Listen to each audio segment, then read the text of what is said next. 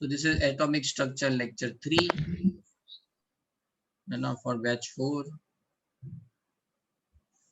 and date is going to be 30th June. We are understanding Rutherford model. तो हमें basic बातें पता है रदरफोर्ड की कि भाई उनके एक्सपेरिमेंट में क्या हुआ, most of the alpha particle went straight, ठीक है, कुछ ही अल्फा पार्टिकल थे जो थोड़ा डिफ्लेक्ट हुए, एंड बहुत कम अल्फा पार्टिकल ऐसे थे जो वापस आए, है ना. So let's say this is the atom, maximum alpha particle went straight,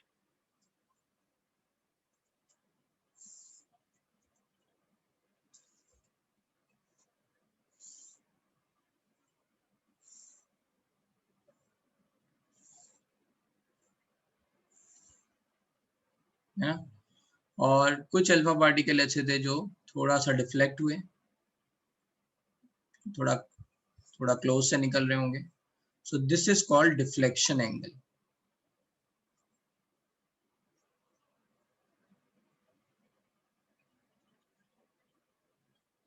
जितना डिफ्लेक्ट हो रहा है, और बहुत ही कम ऐसे थे जो वापस आए, जो बिल्कुल इधर हो रहे हैं और ऐसे वापस आए. तो इसके लिए डिफ्लेक्शन एंगल क्या हो जाएगा, इसका ओरिजिनल पाथ ये, इसके लिए डिफ्लेक्शन एंगल कितना हो जाएगा, ये थीटा. ठीक है. yes. तो इन्होंने बोला कि 1 आउट ऑफ 20,000 आ रहे हैं. इसका मतलब क्या है कि न्यूक्लियस का साइज विद कंपैरिजन टू, है ना, अगर हमने अल्फा पार्टिकल छोड़े हैं तो यूनिफॉर्मली हर तरफ, है ना, हर तरफ गिर रहे होंगे अल्फा पार्टिकल, है ना. एक प्लेट है जैसे मान लो, राइट, इसमें मैंने पूरे इस प्लेट पे, राइट, अल्फा पार्टिकल हर पार्ट पे छोड़े हैं, राइट, यूनिफॉर्मली, राइट, हर पोजीशन पे. तो जितने नंबर ऑफ पार्टिकल वापस आएंगे इनमें से, वो कंट्रीब्यूशन ऑफ न्यूक्लियस बताएंगे इस पूरे एरिया का, है ना. इससे इन्हें पता चला कि 1 आउट ऑफ 20,000 आ रहे हैं, से आपको ये पता चला कि न्यूक्लियस का साइज बहुत ही छोटा है. गॉट इट दिस पॉइंट, है ना.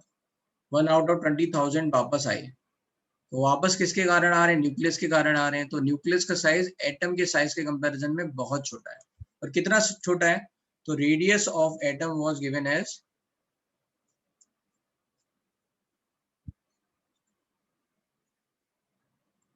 is in 10 to power minus 10 meter, and radius of nucleus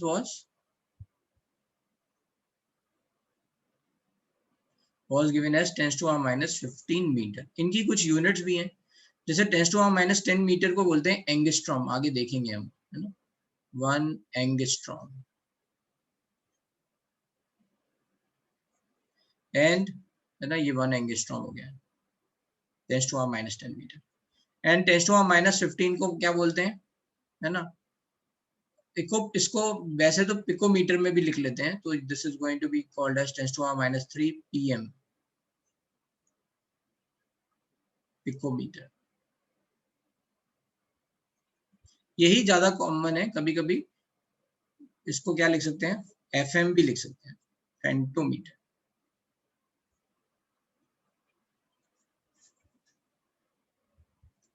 ठीक है.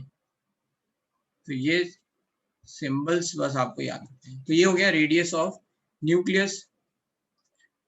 And what is the relation for the different nucleus. अगर जैसे अलग अलग एलिमेंट होगा तो उसका रेडियस का फॉर्मूला क्या होगा, तो radius of nucleus is proportional to a to power 1 by 3, where a is mass number. तो सबके अगर मान लो हमें देखने होंगे तो सबके न्यूक्लियाई कैसे कैसे बढ़ रहे होंगे, जैसे जैसे उनका मास नंबर बढ़ रहा होगा वैसे वैसे उनका क्या क्या कहते हैं, साइज बढ़ रहा होगा. ठीक है.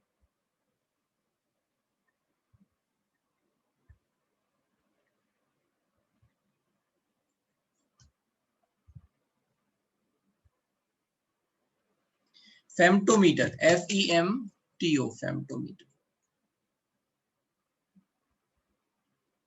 स्पेस कम था इधर, हाँ ठीक है.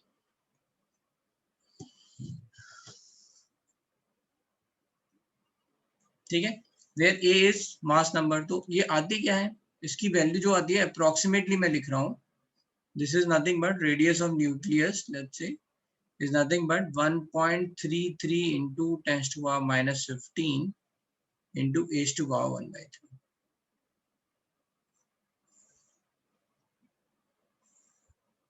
तो ये एग्जैक्ट वैल्यू नहीं है, कई बुक्स में अलग अलग वैल्यू दे रखी है, कई में ये वैल्यू दे रखी है, तो इसकी एक रेंज है, मतलब मैं यहाँ पे इसको ऐसे लिख सकता हूँ, R nucleus is nothing but R naught h to the power 1/3,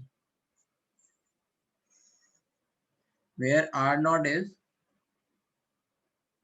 1.2 into 10 to the power minus 15 to let's say 1.6 into 10 to the power minus 15.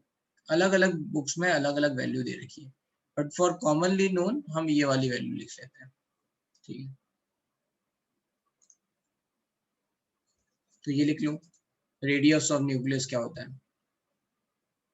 तो जैसे अगर किसी ने बोला कि एल्यूमिनियम के न्यूक्लियस का साइज क्या होगा, एल्यूमिनियम के न्यूक्लियस का साइज क्या होगा, तो एल्यूमिनियम का मास नंबर कितना है 27, 27 का क्यूब रूट लेंगे तो कितना आएगा 3 into 1.33 into 10 to the power minus 15, तो ये हो जाएगा 4 पिकोमीटर, सॉरी फेंटोमीटर, ठीक है 4 FM, 4 into 10 to the power minus 15।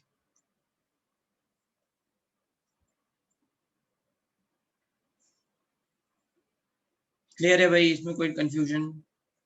तो बात आई कि न्यूक्लियस एटम के कंपैरिजन में कितना छोटा है, that is volume fraction. Fraction का मतलब होता है आउट ऑफ 1, है ना, फ्रैक्शन का मतलब कितना होता है आउट ऑफ 1।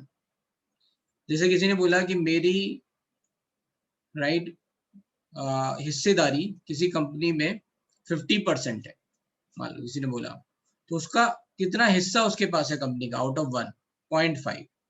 तो fraction is on the basis of 1 out of 1 और percentage on the basis of 100, ठीक है, समझ में आ रही है बात, है ना। फ्रैक्शन क्या होता है एक में कितना और परसेंटेज कितना होता है 100 में कितना, ठीक है। तो ये थोड़ा ध्यान रखना है। वॉल्यूम फ्रैक्शन क्या हो जाएगा, तो हम volume fraction of nucleus, then we are saying this is volume of nucleus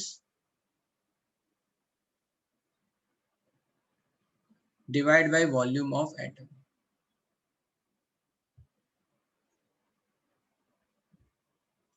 nucleus के कंपैरिजन में सॉरी एटम के कंपैरिजन में न्यूक्लियस कितना है, तो एटम को 1 मान लिया, तो न्यूक्लियस देख लेंगे, तो इसीलिए डिवाइड कर रहे हैं, right. So with respect to atom, तो ये कितना हो जाएगा, ये स्फेरिकल माना है 4/3 पाई रेडियस ऑफ न्यूक्लियस का whole cube, 4/3 pi radius of atom का होल क्यूब, कट गया।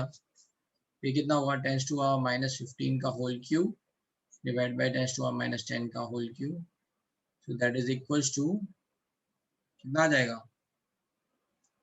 10 to the power minus 45 divided by 10 to the power minus 30 which is equals to 10 to the power minus 15। ये आ गया। इसका मतलब है volume fraction of nucleus बहुत ज्यादा कम है, कितना छोटा है। अगर कोई इमेजिन करना चाहे कि न्यूक्लियस एटम के कंपैरिजन में कितना दिखेगा, ठीक है, अगर कोई ये कंपैरिजन करना चाहे, तो लेट्स से अगर मान लो मैं एटम को जस्ट रिप्रेजेंटेशन के लिए बता रहा हूँ कि एटम को मैं मानूं कि वो 1 किलोमीटर रेडियाई है ना, 1 किलोमीटर रेडियाई का एक स्फीयर खींचो, है ना, 1 किलोमीटर बहुत बड़ा हो जाएगा ना, 1 किलोमीटर तो काफी ज्यादा होता है, राइट। ऊपर 1 किलोमीटर नीचे 1 किलोमीटर, ऐसा पूरा स्फीयर अपने आप को सेंटर बना के खींचो 1 किलोमीटर का, लेट्स से, तो उसमें न्यूक्लियस कितना छोटा दिखेगा, तो 1 kilometre is 10 to power let's say 3 meter which is nothing but 10 to power 5 centimeter, right। तो एक कॉइन जो अगर हम लेंगे, है ना, इतने बड़े स्फीयर में अगर हम एक रुपए का कॉइन लेते हैं जो जिसका अप्रोक्सीमेटली रेडियस जो होगा 1 सेंटीमीटर होगा, है ना, वैसे छोटी सी अगर ऐसी बॉल लेंगे वो न्यूक्लियस दिखेगा कितने बड़े में से 1 किलोमीटर। तो ये वो रेशियो आ गया, है ना, 10 to power 5 का डिफरेंस आया ना, 1 centimetre to 10 to power 5 centimetre, right. तो अब इतने छोटे लेवल पे तो इमेजिन नहीं हो पाता, राइट, इसलिए फिर ऐसे बड़ा करके बनाया। कि कैसे दिखेगा, तो बहुत छोटा है न्यूक्लियस। समझ में आ रहा है? यस नो बता दे जाओ भाई, हाँ ना।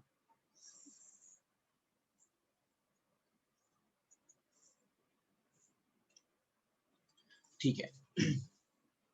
अब चलते हैं थोड़ा और आगे। राइट, तो ये सब बातें बताई, और इन्होंने क्या बोला, इनके कुछ इंपॉर्टेंट ऑब्जर्वेशन और हैं, जैसे रदरफोर्ड का डिफ्लेक्टेड एंगल जो है विच वाज थीटा, है ना, तो डिफ्लेक्टेड एंगल क्या था?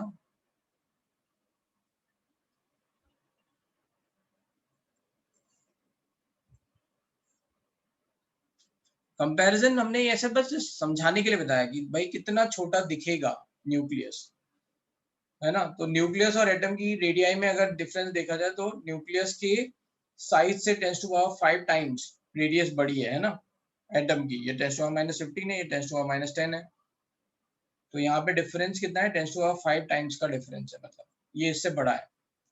तो यहाँ पे 1 सेंटीमीटर और 1 किलोमीटर लेके समझाया कि मतलब इतनी छोटी अगर बॉल होगी जो यहाँ पे होगी, उसके कंपैरिजन में एटम कितना होगा।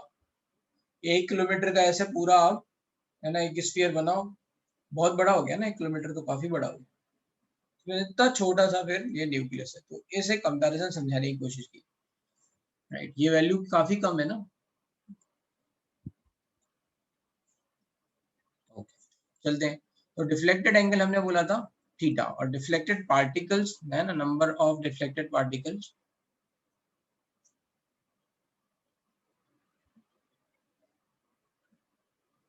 जैसे इसको म्यू से रिप्रेजेंट करना है, ठीक है। Number of deflected particles is nothing but mu. तो मुझे एक बात बताओ यहाँ पे, कि जैसे जैसे डिफ्लेक्टेड एंगल बढ़ रहा है, नंबर ऑफ डिफ्लेक्टेड पार्टिकल घट रहे हैं या बढ़ रहे हैं? जैसे यहाँ जो थीटा था और यहाँ जो थीटा है, उसमें कहाँ पे नंबर ऑफ पार्टिकल्स कम है?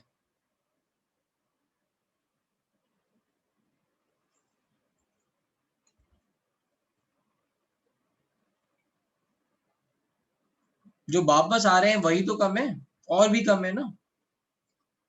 उसका मतलब क्या है, जैसे जैसे डिफ्लेक्टेड एंगल बढ़ेगा वैसे वैसे क्या होगा, नंबर ऑफ डिफ्लेक्टेड पार्टिकल्स क्या हो जाएंगे, कम हो जाएंगे। सही है, राइट। ठीक है, बस यहाँ लिख लेते हैं। So number of deflected particle mu is proportional to 1 upon sine की power sine 4 theta by 2। ये एक रिलेशन है which was experimentally derived by Rutherford। ठीक है, तो जैसे जैसे थीटा बढ़ेगा म्यू कम होगा, थीटा इंक्रीजेस, है ना, theta increases then theta by 2 increases. Theta की वैल्यू बढ़ रही है तो थीटा बाय 2 बढ़ेगा। साइन थीटा बाय 2 बढ़ेगा घटेगा बताओ? साइन की वैल्यू 0 से 1 तक जाती है ना। यहाँ थीटा बाय 2 लेने का रीजन क्या है? थीटा की वैल्यू कहाँ से कहाँ तक जा रही है? 0 से 180, है ना, मैक्सिमम। 0 डिग्री जब वो डिफ्लेक्ट नहीं हुआ, और जब थोड़ा थोड़ा डिफ्लेक्ट हो रहा है ना, तो थीटा बढ़ता जा रहा है, और एकदम वापस पहुंच गया तो 180। समझ में आ रही बात? सीधे चला गया, ये डिफ्लेक्ट हो गया अलग अलग एंगल से, है ना, तो थीटा बढ़ता जा रहा है, राइट। तो 180 डिग्री तक जा सकता है। तो 180 डिग्री को 90 तक करने में, क्योंकि साइन का बिहेवियर कैसा होता है, sine wave is like this, 0 पे 0, 90 पे मैक्सिमम। तो 0 से 90 डिग्री तक इट इज ऑलवेज इंक्रीजेस, है ना। तो वी वांट 90 तक बिहेवियर चाहते थे, इसलिए थीटा बाय 2 निकाला। तो साइन थीटा बाय 2 की वैल्यू क्या होगी, बढ़ेगी। तो म्यू की वैल्यू क्या होगी, घटेगी। समझ में आया? तो ये रिलेशन ऐसा आ रहा है।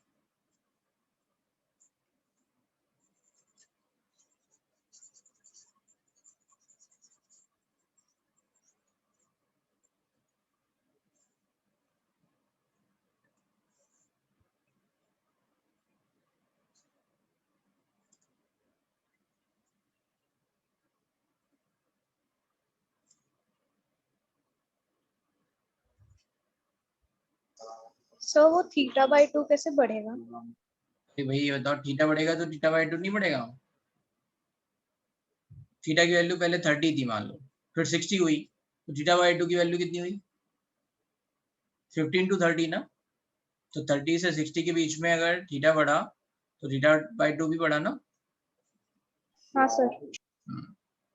ठीक है, तो ये रिलेशन उन्होंने बताया। और क्या बताया भाई, आप बोलते जाओ जल्दी जल्दी। आरएस,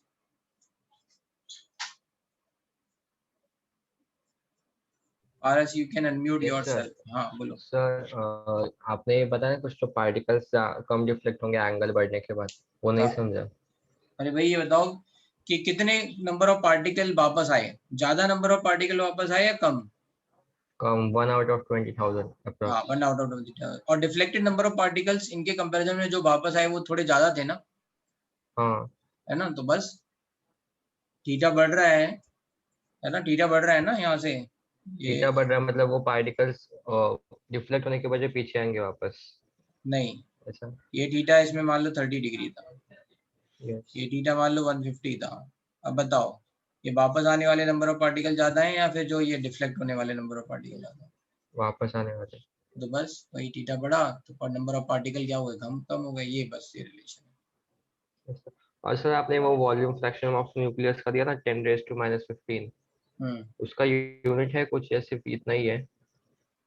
बस फ्रैक्शन है ना, तो फ्रैक्शन इज 1/, राइट। फ्रैक्शन का कोई वैल्यू वो थोड़ी ना होता है unit, yes. That is a ratio, right. Yes. ठीक है, फिर होता है जैसे एज साइज इंक्रीजेस, है ना, as size of nucleus, as we are going to say atomic number, sorry atomic number, atomic mass increase,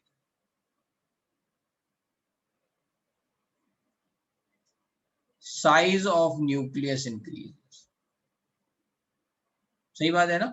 अभी ऊपर देखा था, जैसे जैसे मास नंबर बढ़ेगा साइज ऑफ न्यूक्लियस बढ़ जाएगा। अब साइज ऑफ न्यूक्लियस बढ़ जाएगा, मान लो पहले पहले इतना छोटा न्यूक्लियस था, अब मान लो बढ़ के ये इतना हो गया, लेट्स से जस्ट इमेजिन। तो जैसे जैसे साइज बढ़ रहा है वैसे वैसे नंबर ऑफ डिफ्लेक्टेड पार्टिकल क्या होंगे, बढ़ेंगे घटेंगे? चलिए बताओ, लॉजिक लगा के। इंक्रीज होंगे। हाँ, बढ़ेंगे, सब बढ़ेंगे। बढ़ेंगे ना, है ना। ज्यादा number of particles can collide now, तो डिफ्लेक्टेड पार्टिकल्स बढ़ जाएंगे, तो नंबर ऑफ डिफ्लेक्टेड पार्टिकल। सब डिफ्लेक्टेड पार्टिकल्स बढ़ेंगे मतलब जो पीछे आते नहीं नहीं, पार्टिकल्स हर तरह बाउंस के, बैक होते हैं वो भी हर बढ़ेंगे। तरह के नंबर ऑफ पार्टिकल्स इंक्रीज होंगे। यहाँ थीटा नहीं बात कर रहे हैं ना, यहाँ तो जनरल बात कर रहे हैं म्यू की। एक रिलेशन थीटा के साथ हो गया, एक रिलेशन साइज के साथ हो गया, बस।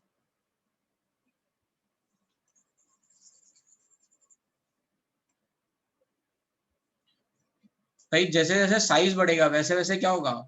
अभी ये मैंने बोला था यूनिफॉर्मली ये हमने अल्फा पार्टिकल छोड़े हैं हर जगह पे, है ना। पहले मान लो ये छोटा था तो यहाँ पे नंबर ऑफ अल्फा पार्टिकल यही दोनों डिफ्लेक्ट हो रहे थे, अब थोड़ा और बड़ा हो गया तो ये भी आसपास वाले भी अब डिफ्लेक्ट होने लग जाएंगे, राइट। ये बोल रहे हैं।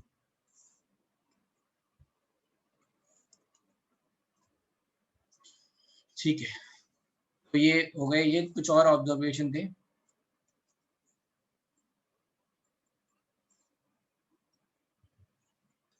Now we are moving to something more, that is called closest approach to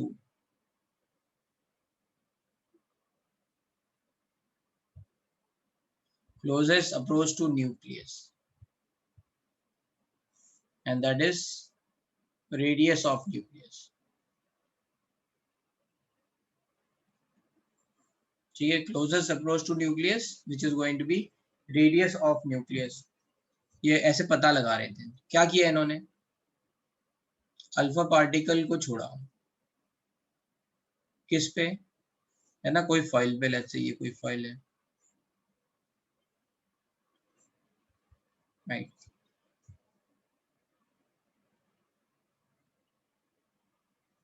ठीक है, ये गोल्ड फॉइल दे रखी है ना, ये अल्फा पार्टिकल यहाँ पे छोड़ा।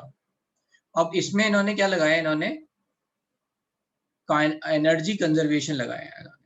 ठीक है, तो अब इसको यहाँ पे समझते हैं। यहाँ पे मान लो कोई ये एटम है, उसका न्यूक्लियस है, इसके पास जा रहा है ये।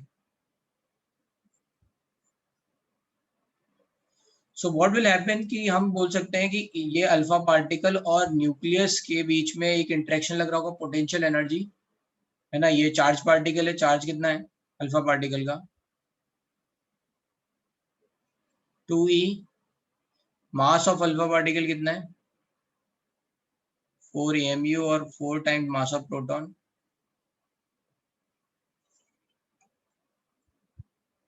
यस, और यहाँ पे क्या है, मान लो चार्ज कितना हो जाएगा, what is the charge of nucleus, charge of nucleus कितना हो जाएगा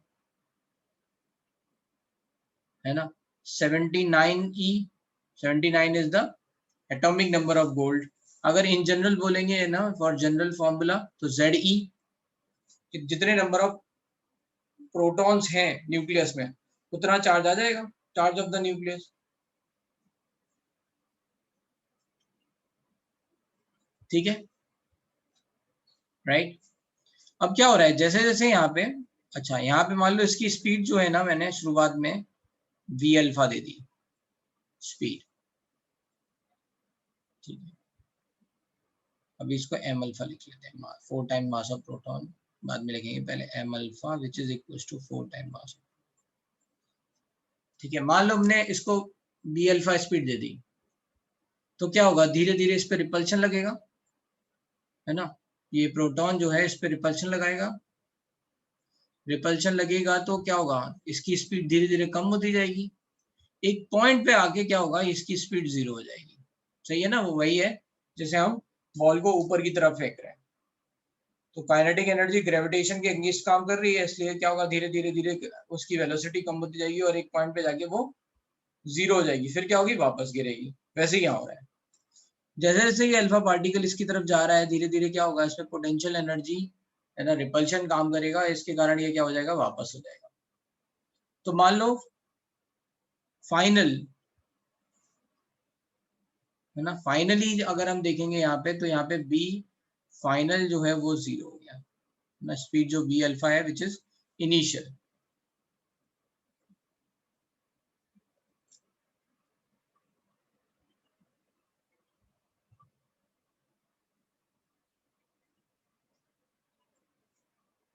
और वी फाइनल क्या हो जाएगा, 0।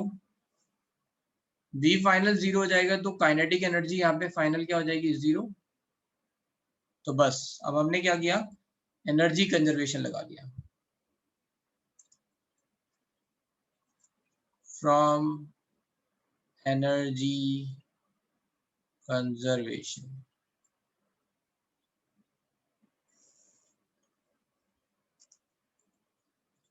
Total change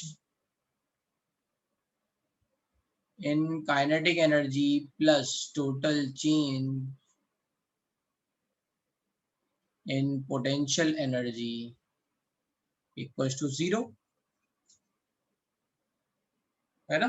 total change in kinetic energy and total change in potential energy equals to 0। सही है ना, काइनेटिक एनर्जी पोटेंशियल एनर्जी में कन्वर्ट हो रही होगी।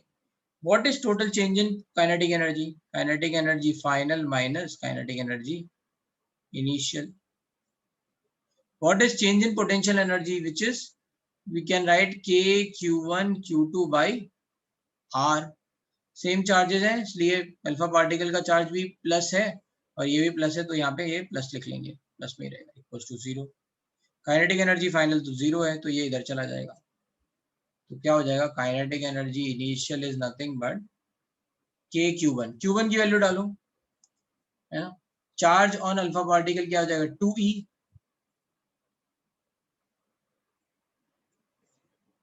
चार्ज ऑन न्यूक्लियस क्या हो जाएगा, q2, Ze। r क्या हो जाएगा, ये है ना क्लोजेस्ट अप्रोच, इस पॉइंट पे इसके बीच में what is going to be the potential energy, यहाँ पे इसके बीच में क्या डिस्टेंस होगी। तो अगर जिन लोगों को ये बात नहीं समझ आ रही वो ऐसे भी समझ सकते हैं, जब हम किसी लार्ज डिस्टेंस से लेके आते हैं, दूर से है ना, अल्फा पार्टिकल को बहुत दूर से लेके आ रहे हैं, तो with respect to that we are assuming कि यहाँ पोटेंशियल एनर्जी इनिशियल वाज 0 है ना, यहाँ पे पोटेंशियल एनर्जी 0 दी है मान लेते हैं, क्योंकि हमें कैलकुलेट करना है टोटल एनर्जी चेंज कितना हुआ। तो जब हम यहाँ पहुंच जाएंगे, यहाँ पे इस पॉइंट पे पहुंचेंगे जिसके बीच में ये डिस्टेंस r है न्यूक्लियस से, ठीक है, दिस इज द डिस्टेंस जहाँ पे काइनेटिक एनर्जी 0 हो रही है, तो फिर पोटेंशियल एनर्जी क्या हो जाएगी यहाँ पे, that is going to be k q1 q2 by r, ठीक है। तो यहाँ पे ये लिख लिया हमने, तो वो पोटेंशियल एनर्जी चेंज लिख लो या पोटेंशियल एनर्जी लिख लो, ऐसे करके potential energy initial is 0 and then you can write the potential energy over here k q1 q2 by r, तो ये हो गया कैपिटल R। फिर R is closest approach to nucleus,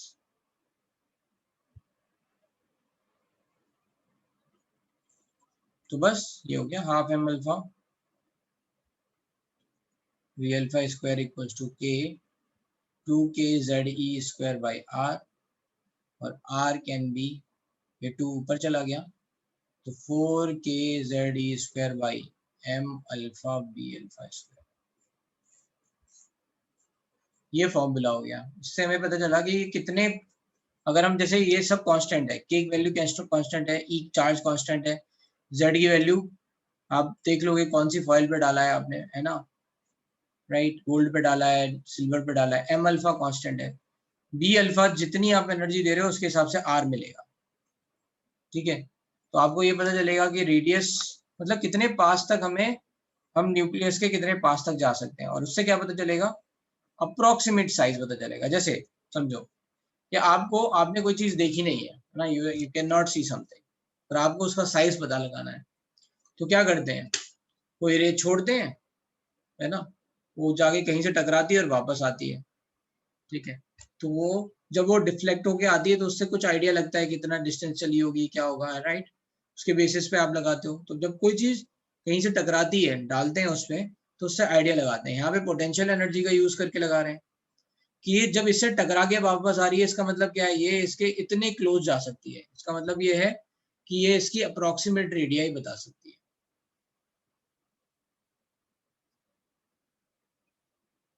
ठीक है।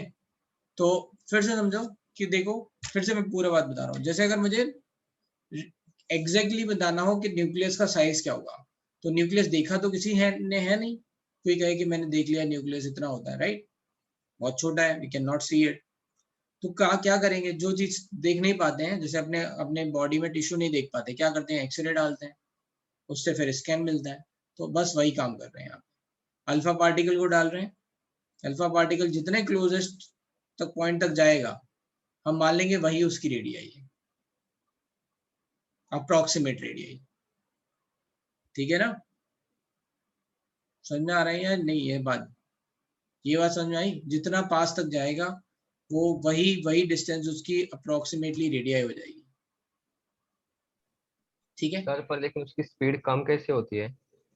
अरे भाई रिपल्शन लग रहा है ना, सर न्यूक्लियस पे repulsion same charge, proton, nucleus पे सेम रिपल्शन चार्ज किसका लग रहा अल्फा है? पार्टिकल पे लग प्रोटॉन रहा है, का, हाँ प्रोटॉन का रिपल्शन लग रहा है सर इधर। हाँ, प्रोटॉन्स, ये न्यूक्लियस पे जितना भी चार्ज है वो सब अल्फा पार्टिकल को रिपेल करेगा, ओके। और ठीक सर है। आपने इधर काइनेटिक एनर्जी जीरो कैसे लिया? अरे भाई एक पॉइंट पे जाके तो जीरो हो जाएगा ना, हाँ। है ना, यहाँ पे अगर हम मान लो बिल्कुल इसी के बिल्कुल न्यूक्लियस के पास भेज रहे हैं ना, जो डिफ्लेक्टेड एंगल आ रहा था उसके बारे में बात कर रहे हैं, यहाँ पे 180 आ रहा था, जो वापस आ रहा था, तो वो एक पॉइंट पे जाके तो बाकी सब पास ऑन हो जाएंगे, लेकिन जो वापस आ रहा है वो तो आएगा ना वापस, एक यस पॉइंट पे सर। जीरो होके ही तो वापस आएगा वो,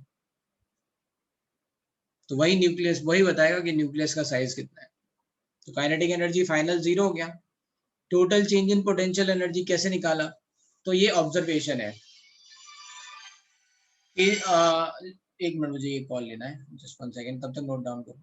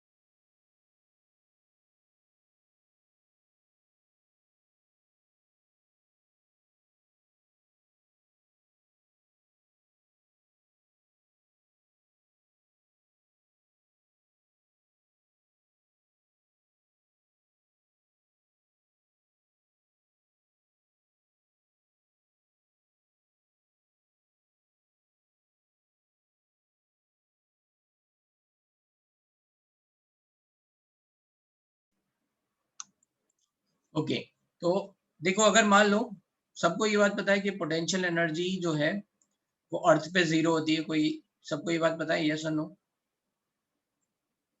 पोटेंशियल एनर्जी एट अर्थ पे 0 मान लेते हैं, मतलब एग्जैक्टली 0 नहीं होती बट मान लेते हैं, है ना, अर्थ पे। तो अब ये बताओ कि कोई आदमी मान लो मुंबई में खड़ा खड़ा होके, है ना, ये बॉल फेंक रहा है ऊपर 5 मीटर पर सेकंड से, और कोई कश्मीर में खड़ा है पहाड़ों पे, है ना, और वो भी 5 मीटर पर सेकंड से ऊपर की तरफ बॉल फेंक रहा है। तो दोनों में, दोनों केसेस में जो हाइट है वो सेम रहेगी या अलग अलग हो जाएगी?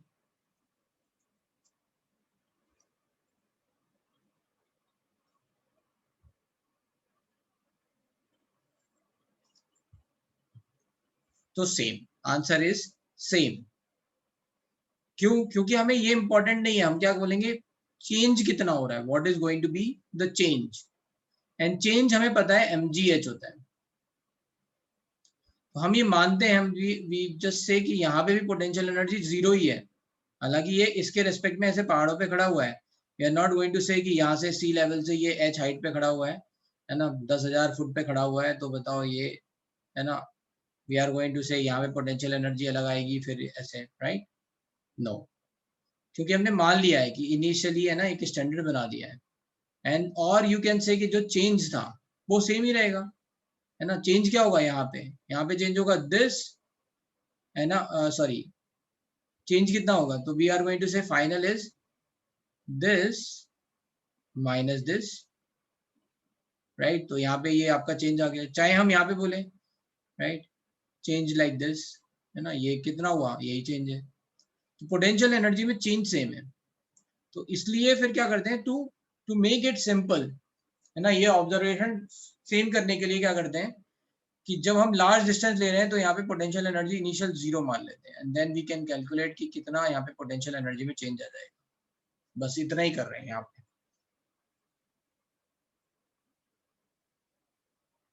Just to find the potential energy, ठीक है, change, we are doing this. तो यहाँ पे पोटेंशियल एनर्जी चेंज का फॉर्मूला, पोटेंशियल एनर्जी का फॉर्मूला आपको बताया ही था मैंने, KQ1Q2/R, बस ये Q1 Q2 की वैल्यू डाल दी, इससे R आ गया। ये आगे रेडियस ऑफ क्लोजेस्ट अप्रोच, और यू कैन से रेडियस ऑफ न्यूक्लियस, ठीक है। अगर मान लो अल्फा पार्टिकल की जगह प्रोटॉन यूज करने लग जाएंगे तो क्या होगा? तो भी यही फॉर्मूला अप्लाई होगा, बस कॉन्सेप्ट यही अप्लाई होगा, फॉर्मूला चेंज हो जाएगा, है ना। इन केस ऑफ ऐसे प्रोटॉन, किसी ने बोला प्रोटॉन का मतलब क्या होता है? Hydrogen nucleus, remember, H+। किसी ने बोला मैं अल्फा पार्टिकल नहीं डालूंगा, मैं प्रोटॉन डालूंगा, प्रोटॉन जा रहे हैं, है ना, न्यूक्लियस की क्लोजेस्ट अप्रोच देखने कि वो कहाँ तक जा सकता है। तो फॉर्मूले में क्या चेंज हो जाएगा? We are going to say kinetic energy change plus potential energy change equals to 0। मान लो यहाँ पे वेलोसिटी ऑफ प्रोटॉन जो है वो वो वेलोसिटी ऑफ प्रोटॉन Vp है, तो काइनेटिक एनर्जी चेंज क्या हो जाएगा आपका? इनिशियल वेलोसिटी Vp है, फाइनल वेलोसिटी यहाँ पे इस पॉइंट पे 0 हो जाएगी, तो kinetic energy final is 0 plus potential energy final minus potential energy initial, initial हमने 0 मानी थी, इक्वल्स टू 0। तो यहाँ पे ये क्या आ गया? Kinetic energy initial is nothing but potential energy final, we can write half mp Vp whole square is nothing but, अब यहाँ पे KQ1 Q2, ये क्यों बताया है? क्योंकि यहाँ पे Q1 चेंज हो गया, E रह गया प्रोटॉन के केस में, E, Q2 कितना हो जाएगा? Ze divide by R equals to 2kZe square by mp Vp square. Question कैसे पूछे जा सकते हैं कि मान लो what is the ratio of closest approach, पूछा जा सकता है कि रेशियो क्या होगा, है ना। अगर हम मान लो हमने अल्फा पार्टिकल डाला है और हमने प्रोटॉन डाला है, तो क्या क्या रेशियो होगा? प्रोवाइडेड वेलोसिटी इज सेम, अगर मान लो वेलोसिटी सेम है तो क्या रेशियो आएगा, then we are going to say r is nothing but 4kZe square by, अब यहाँ m अल्फा को 4p रख लेंगे, b सेम है, फिर r this is 2kZe square by mp, b same है, तो b से b कट गया, ये kZe स्क्वायर से kZe स्क्वायर कट गया, mp से mp कट गया, तो ये रेशियो आ गया 1:2। ठीक है, क्वेश्चन और घुमा कैसे सकते हैं, कह सकते हैं कि काइनेटिक एनर्जी सेम है, rather than writing velocity same they are saying kinetic energy same है। तो काइनेटिक एनर्जी सेम है तो m alpha b alpha square और mp bp स्क्वायर ये सब सेम हो जाएगा, है ना, ये दोनों। तो यहाँ रेशियो क्या हो जाएगा, r by R, 4kZe square divide by 2kZe square, तो यहाँ 2:1 उल्टा हो गया, यहाँ 1:2 आया, यहाँ 2:1 आया। ठीक है, तो ऐसे क्वेश्चन कर लोगे, यही पूछते हैं बस, 2 ही क्वेश्चन इस तरह के आते हैं। ये बताओ रेडियस रेशियो क्या होगा अगर, या फिर क्लोजेस्ट अप्रोच रेशियो क्या होगा अगर अपने अल्फा पार्टिकल और प्रोटॉन यूज किए, उनकी काइनेटिक एनर्जी सेम रखी या उनकी वेलोसिटी सेम रखी। कोई दिक्कत इसमें, किसी को समझ में आया सही यस, नहीं आया तो फिर मैं फिर से रिपीट कर दूंगा, कोई पर्टिकुलर स्टेटमेंट समझ में नहीं आया तो बता दो, फिर बता देंगे। सर आपने अभी साइड में लिखा था ना वो कुछ तो 1/2 आया था उसका आंसर। हाँ, वो हमने वो किया नहीं था जब समझ। वेलोसिटी सेम थी, रेशियो ले लिया वेलोसिटी सेम मान के, m अल्फा को 4 टाइम्स मास ऑफ प्रोटॉन लिख दिया। सर ये डेरिवेशन वापस से समझाना। डेरिवेशन में क्या कर रहे हैं देखो, फिर से समझ लो, क्या लगा रहे हैं, काइनेटिक सॉरी एनर्जी कंजर्वेशन लगा रहे हैं। आपको तो पता ही है energy can not be destroyed ना, it only transform from one form to another form. ठीक है, जैसे अगर भी हम बात कर रहे हैं काइनेटिक एनर्जी की, then it is going to convert into potential energy, और potential energy is going to convert into kinetic energy, यही सब होता रहता है। तो अब अगर हमने मान लो इस अल्फा पार्टिकल को v अल्फा स्पीड से यहाँ पे प्रोजेक्ट करा है, तो इसकी इनिशियल काइनेटिक एनर्जी क्या हो गई, half m alpha b alpha square. धीरे धीरे जैसे जैसे पास आएगा इसकी स्पीड कम होती जाएगी ड्यू टू रिपल्शन, यस एक पॉइंट पे जाके ये 0 हो जाएगा, है ना, फिर क्या होगा, फिर वापस चला जाएगा। तो जिस पॉइंट पे 0 होगा उसको हमने फाइनल मान लिया, तो फाइनल इज 0, तो काइनेटिक एनर्जी फाइनल हो गई 0। ठीक है, इनिशियल पोटेंशियल एनर्जी भी हैव सेड कि ये 0 होगी, तो फाइनल यहाँ पे फाइनल क्या हो जाएगी, मतलब यहाँ पे 0 क्यों मान रहे हैं, है ना, यहाँ पे 0 इसलिए मान रहे हैं कि Q1 Q2 बाई आर, अगर हम ये बोल रहे हैं हम बहुत लार्ज डिस्टेंस से लेके आ रहे हैं इसको और आर बहुत हाई है, तो ये पोटेंशियल एनर्जी किसकी तरफ जा रही है, 0 की तरफ जा रही है, right, standing to 0। So we just assume कि इनिशियल जो है ना वो 0 मान के रखते हैं। With respect to this we are finding कि यहाँ पे फाइनल पोटेंशियल एनर्जी क्या होगी, तो यहाँ पे final potential energy KQ1 Q2 by R होगी। अब इस अल्फा पार्टिकल और इस न्यूक्लियस के बीच में डिस्टेंस कितनी रह गई, r, जिस पॉइंट पे ये 0 हो रहा है, तो बस यहाँ पे पोटेंशियल एनर्जी निकाल ली KQ1 Q2 बाई आर, बस that total change is going to be 0। तो क्या होगा, यहाँ से निकाल दिया हमने potential energy final is nothing but kinetic energy initial, formula, बस ये हो गया डेरिवेशन, कुछ नहीं है। सर आपने बोले 2e क्या 2e is है the कि वो charge of alpha particle, वो है ना, electron 2e is the charge of alpha यहाँ पे particle। लिखा k के बाजू में 2e। सुनो, हाँ अभी सुनो, Yes. 2e is the charge of alpha particle ना, कल कराए थे ना चार्ज और मास, ये Yes, sir. सब टेबल बनवाए थे ना लास्ट क्लास में। Yes, sir. हाँ, तो 2e is the charge of alpha particle, Yes. यहाँ लिखा भी है मैंने, अल्फा पार्टिकल पे चार्ज कितना होता है, 2 times alpha charge. Alpha particle को और क्या बोलते हैं, हीलियम न्यूक्लियस, तो हीलियम में नंबर Yes. ऑफ प्रोटॉन कितने हैं, 2, तो मास कितना है, 4। ठीक है, ऐसे। तो ये तो हो गई भाई रदरफोर्ड की कुछ बातें। अब इसमें बात आती है कि तो रदरफोर्ड ने मॉडल दिया, वो मॉडल दिया था प्लैनेटरी मॉडल। ही सेड कि जैसे अर्थ और अदर प्लैनेट्स जो है सोलर सिस्टम में अपने सन के चारों तरफ चक्कर लगाते रहते हैं, वैसे यहाँ पे electron is going to rotate around orbiting around the nucleus.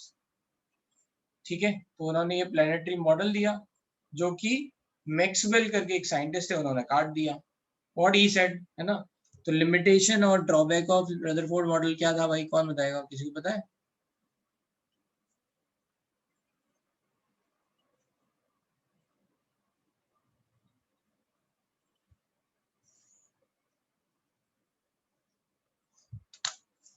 Drawback of Rutherford model, तो ड्रॉबैक ऑफ रदरफोर्ड मॉडल क्या था? स्टेबिलिटी ऑफ एटम, कि वो है ना, Rutherford can not explain the stability of atom. कैसे?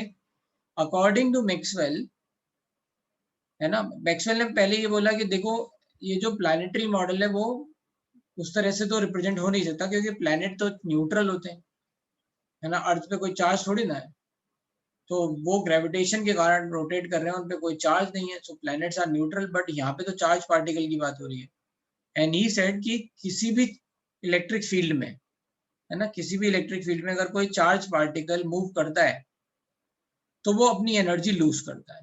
This is what Maxwell said, है ना, किसी भी इलेक्ट्रिक फील्ड में अगर कोई भी चार्ज पार्टिकल मूव कर रहा है तो वो अपनी एनर्जी लूज कर रहा है। तो यहाँ पे क्या है, यहाँ पे ये न्यूक्लियस के कारण ये इलेक्ट्रिक फील्ड, पॉजिटिव के कारण इलेक्ट्रिक फील्ड है ना, ऐसे। और इस इलेक्ट्रिक फील्ड को कौन काट रहा है? जैसे नॉर्थ साउथ पोल होते हैं ना, तो हम मैग्नेटिक लाइंस बनाते हैं, राइट? वैसे ही पॉजिटिव और निगेटिव में क्या होता है, इलेक्ट्रिक फील्ड लाइंस होती हैं, ठीक है। पॉजिटिव में इलेक्ट्रिक फील्ड लाइंस बाहर की तरफ निकल रही होती है, तो ऐसे ये हमने इलेक्ट्रिक फील्ड लाइंस बनाई है, और इसमें ये इलेक्ट्रॉन ऐसे इसको के चारों तरफ घूम रहा है, रोटेट कर रहा है।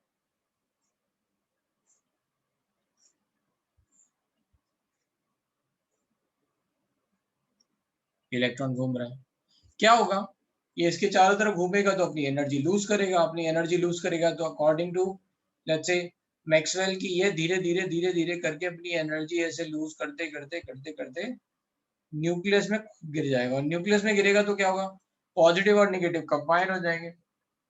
पॉजिटिव और निगेटिव कंबाइन होते हैं ना, जैसे कभी आपने देखा भी होगा, दो वायर लो पॉजिटिव निगेटिव वाले, जैसे बैटरी से जोड़ के उनको उनको आपस में टच कराओ, क्या होगा, स्पार्क होगा, है ना। That means positive is going to neutralize negative. तो अगर पॉजिटिव और निगेटिव दोनों ही खत्म हो गए तो फिर एटम कहाँ रहा? तो stability of atom can not be explained bye Rutherford, ये उनकी बात का जवाब नहीं दे पाए कि क्यों ऐसा नहीं होगा, है ना। थ्योरी भी मैंने समझा दिया, थ्योरी आप बुक से लिख लेना स्टेबिलिटी ऑफ एटम की, ठीक है। थोड़ा सा जल्दी जल्दी चल रहे हैं, हल्का सा। ये हो गया रदरफोर्ड वाला पार्ट। अब आती है वेव कैरेक्टरिस्टिक्स। समझने में नहीं है, समझ में आ रहा है तो बोलते जाना, है ना, वो मैं समझाता जाऊंगा। लिखने वाला पार्ट आप यहाँ से, है ना, ये आपका जो मॉड्यूल है, चाहे आपका ये एनसीईआरटी है, इससे ये लिख लेना, क्योंकि थोड़ा और भी लिखना है आपको। मैं चलो मॉड्यूल बताता हूँ। मॉड्यूल भेज दिया मैंने सबको, कुछ लोग नए ज्वाइन हुए शायद उनको नहीं भेजा होगा, तो फिर मैं अभी भेज दूंगा, ठीक है। तो मॉड्यूल में आप क्या क्या आपको लिखना है मैं फिर से बता दे रहा हूँ। एक तो मैंने आपको वो टर्म्स बोले थे, वो आपको टर्म्स लिखने हैं, और फिर ये कैरेक्टरिस्टिक ऑफ वेव्स लिखनी है खुद से, कि वेवलेंथ क्या होती है, what is wavelength, what is frequency, ये आपने ध्यान पढ़ा होगा थोड़ा थोड़ा। वेलोसिटी, ये वेव नंबर हो सकता है नया टर्म हो, ये नहीं पढ़ा होगा, ये मैं समझाऊंगा अभी। एम्पलीट्यूड, बट ये लिख लेना है ऐसे ही कि ये क्या क्या होते हैं, ठीक है। मेरे को भेजी गई बेटा ये टेक्स्ट बुक, मैं आपको भेज दूंगा, ठीक है, मैंने शायद भेजी हुई है। तो now we are understanding wave characteristic, तो समझा देते हैं यहीं पे। तो जैसे अगर हम वेव की बात करें तो वेव साइन वेव है ना, जैसे साइन वेव का साइन ग्राफ का ग्राफ आता है, वैसे ये वेव दिख रही है, तो इसको बोलते हैं साइन वेव। यहाँ पे लिखा हुआ अभी है, ठीक है। तो ये साइन वेव है। अब इसमें क्या है कि आपको पता लगाना है कि वेवलेंथ क्या होती है, व्हाट इज द वेवलेंथ। तो which point we can identify, है ना, अगर हम ये लाइन ना बनाए, जैसे कोई वेव ऐसे लिखी हो, तो कौन से दो पॉइंट है जो आप आसानी से आइडेंटिफाई कर सकते हो, है ना, ये क्रेस्ट एंड ट्रफ, किसी भी दो क्रेस्ट के बीच में एक कंप्लीट वेव आ गई है ना, एक पूरी साइकिल है ना, फिर क्या होगा, फिर से ये नई साइकिल चालू हो गई। या फिर किसी भी दो ट्रफ्स के बीच में एक पूरी साइकिल आ गई, इसलिए हम क्या कहते हैं कि distance between crest and trough is going to be wavelength, जिसको किससे रिप्रेजेंट करते हैं, लैम्डा से।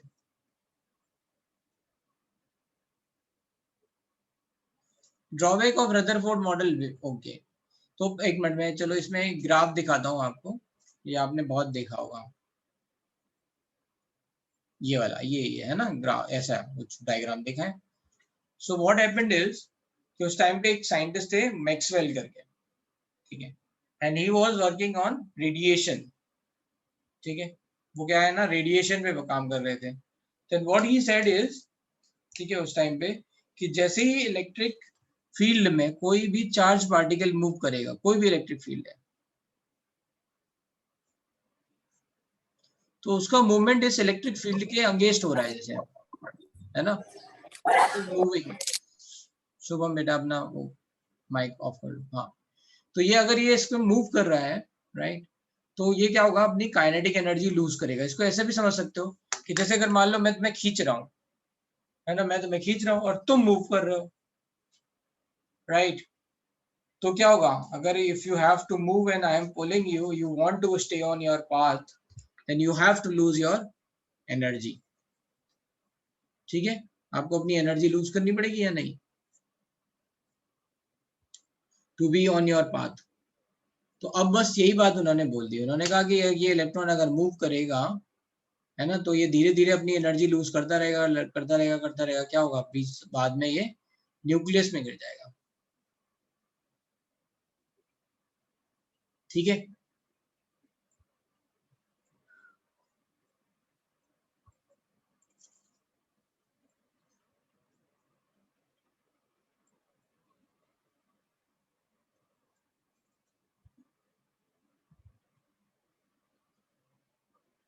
यहाँ पे मैं बता रहा हूँ कि कहाँ पे है,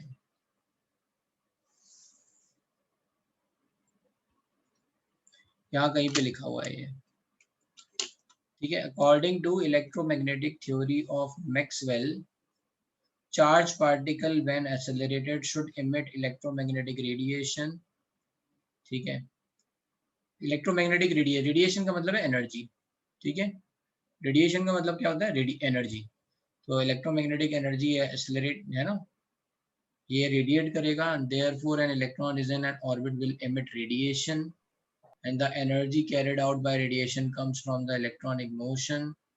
The orbit will thus continue to shrink and calculations show that it should take only 10 to the power minus 8 seconds to spiral into nucleus, but this does not happen and thus Rutherford model cannot explain the stability of an atom. तो ये थोड़ा सा घुमाई हुई language में लिखा हुआ है, मैंने आपको सिंपल सी लैंग्वेज में बोल दिया कि कभी भी इलेक्ट्रिक फील्ड में, है ना, इलेक्ट्रिक फील्ड में अगर आप कोई पार्टिकल मूव करेगा, then it has to lose some energy, तो ये धीरे धीरे क्या होगा, अपनी एनर्जी लूज करेगा, देन इट हैज टू, है ना, एनर्जी लूज करता जाएगा, तो धीरे धीरे धीरे धीरे ये इसमें गिर जाएगा। यहाँ पे अपनी बुकलेट में यहाँ पे बोर लिखा है, तो ये काट देना है ना, मैक्सवेल है। Neil Bohr pointed out that the Rutherford should be highly unstable according to the law of electrodynamics. Any charged particle under acceleration should continuously lose energy and the, ठीक है, तो ऐसा आप देख लेना, ठीक है, तो ये लिख लेना, यही मेन है। पोजीशन ऑफ इलेक्ट्रॉन के बारे में तो खैर तब तक कुछ बताया नहीं गया था, ये तो बाद में पता चला पोजीशन ऑफ इलेक्ट्रॉन कहाँ होगा क्या नहीं होगा, ठीक है, ये मेन था, ठीक है। आप चले वेव कैरेक्टरिस्टिक पे थोड़ा यहाँ समझा देते हैं, लिख लेना आप। तो इसमें मैं टर्म्स बता दे रहा हूँ, वेवलेंथ, लैम्डा,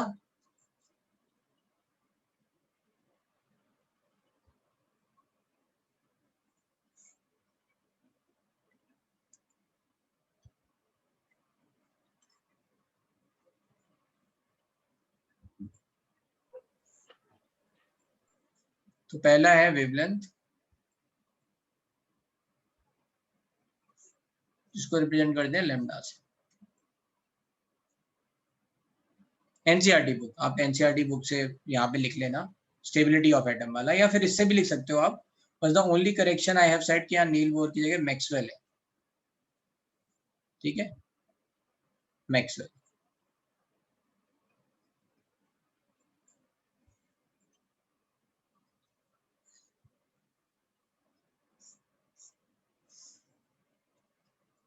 तो wavelength lambda that is distance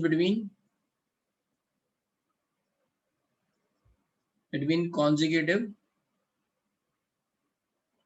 crest और trough,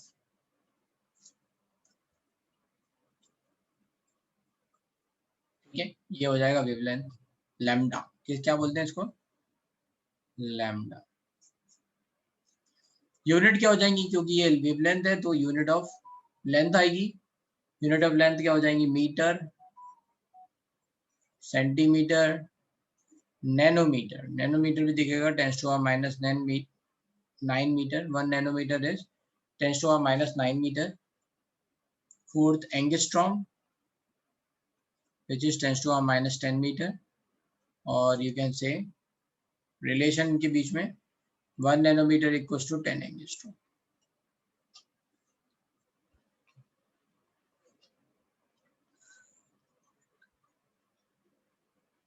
फ्रीक्वेंसी, फ्रीक्वेंसी क्या होती है, इसको रिप्रेजेंट करते हैं न्यू से, किससे रिप्रेजेंट करते हैं, न्यू। क्या होती है, नंबर ऑफ साइकिल पर सेकेंड, है ना,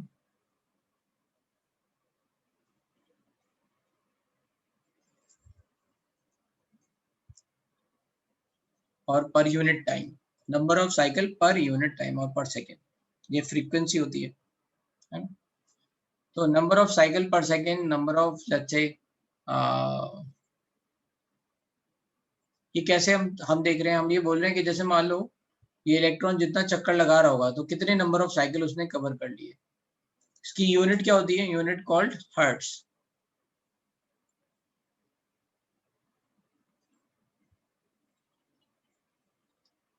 ठीक है, ये यूनिट होती है हर्ट्ज, साइकिल पर सेकेंड।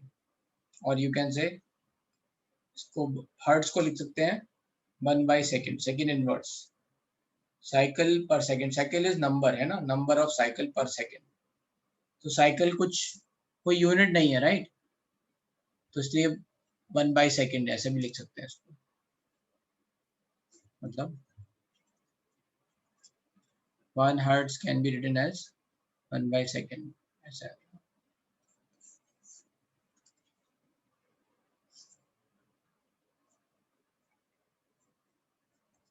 या इससे थोड़ा कंफ्यूजन हो जाएगा, छोड़ दो इसे, देखिए हर्ट्ज लिख लेंगे, लेकिन आप ये समझ लो कि नंबर ऑफ साइकिल की तो कोई यूनिट नहीं है ना, दैट इज अ नंबर, तो पर सेकंड करोगे तो सेकंड इनवर्स या 1/सेकंड ऐसा कुछ आएगा। Frequency, then we are having speed और वेलोसिटी।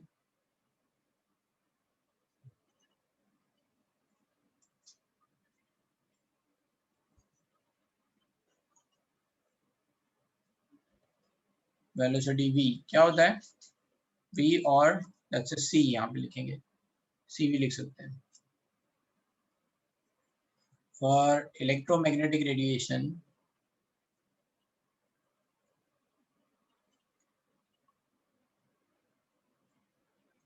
for electromagnetic radiation, है ना, that is nothing but light, velocity in space 3 into 10⁸ meter per second, that is 3 lakh kilometer per second। so velocity of light हमें देखना है यहाँ पे, relation between let's say velocity, frequency and wavelength। बताओ भाई, किसी को पता है ये relation, V is equal to F lambda। नहीं वो तो एनर्जी का है, तो आपको न्यू, है ना, new into lambda equals to, that is going to be speed, or you can say velocity, so c, nu into lambda is c. Nu is number of cycle, कितनी नंबर ऑफ साइकिल चली, into let's say एक number of cycle you can say, और you can say number of waves, है ना. Cycle एक का मतलब क्या है, वेव्स. तो number of cycle per second, और एक साइकिल की लेंथ कितनी है, दैट इज वेवलेंथ लैम्डा. तो number of cycle into the length of one wavelength is nothing but total distance divide by time, है ना, per second. So that is going to give you speed. So hence nu equals to c by lambda. इसको ऐसे भी लिख सकते हैं. ये clear है relation, nu into lambda equals to सी, है ना. नंबर ऑफ साइकिल कितनी चली, तो उसमें डिस्टेंस कितनी हो जाएगी, cycle number of cycle into wavelength पर सेकंड. सो मिल गई आपको स्पीड.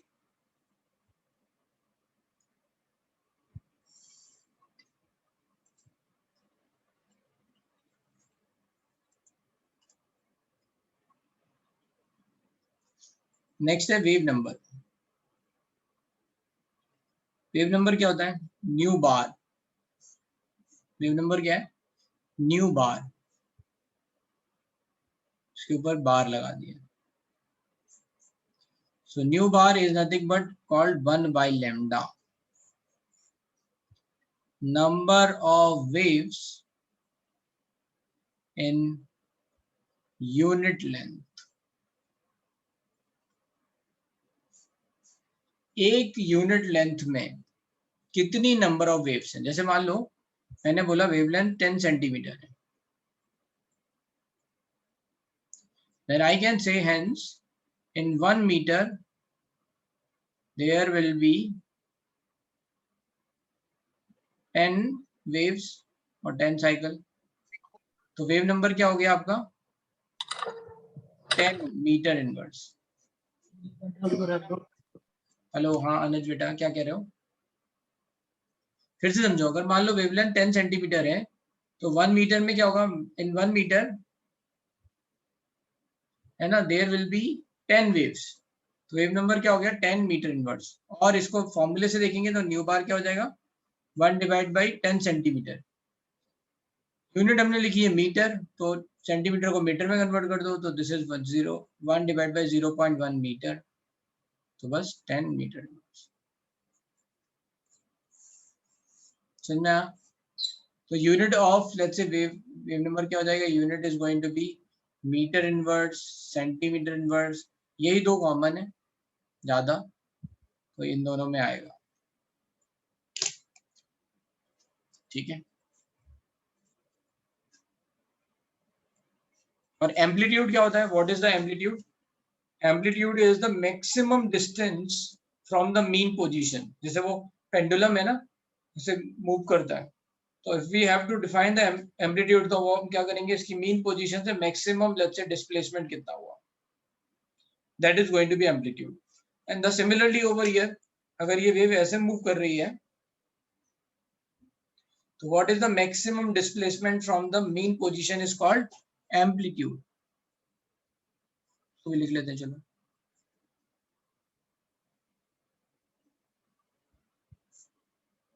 तो maximum displacement from mean position, ये थोड़ा शॉर्ट में लिखे हैं सारे मैंने पॉइंट.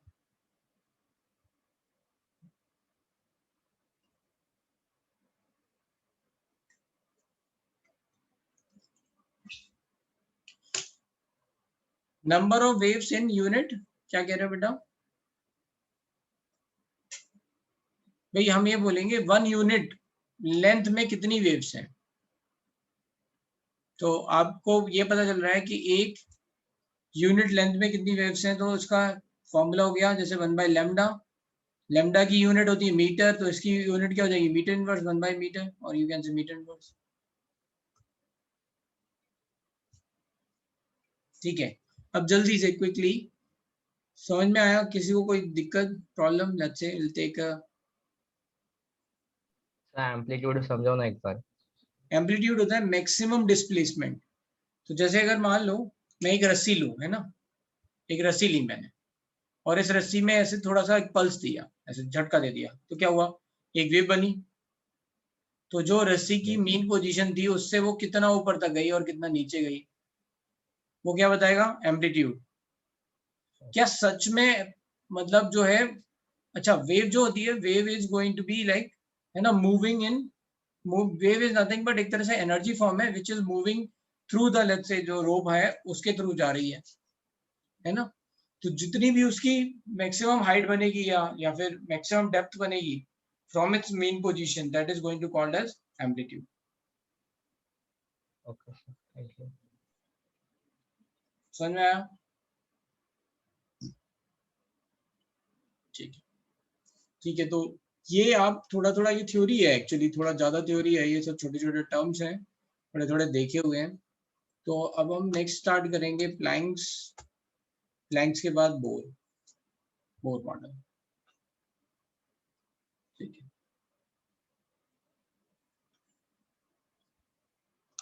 चलो फिर ओके, आज की क्लास यहीं खत्म कर रहे हैं, फिनिश कर रहे हैं। किसी को कोई डाउट तो नहीं है? जिसको डाउट है वो रुक सकते हैं, बाकी लोग जा सकते हैं।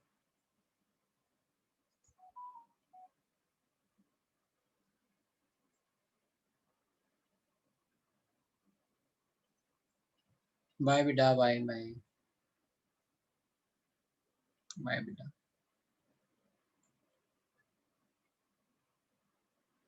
किसी को कोई डाउट नहीं है तो मैं एंड कर रहा हूँ ये सब।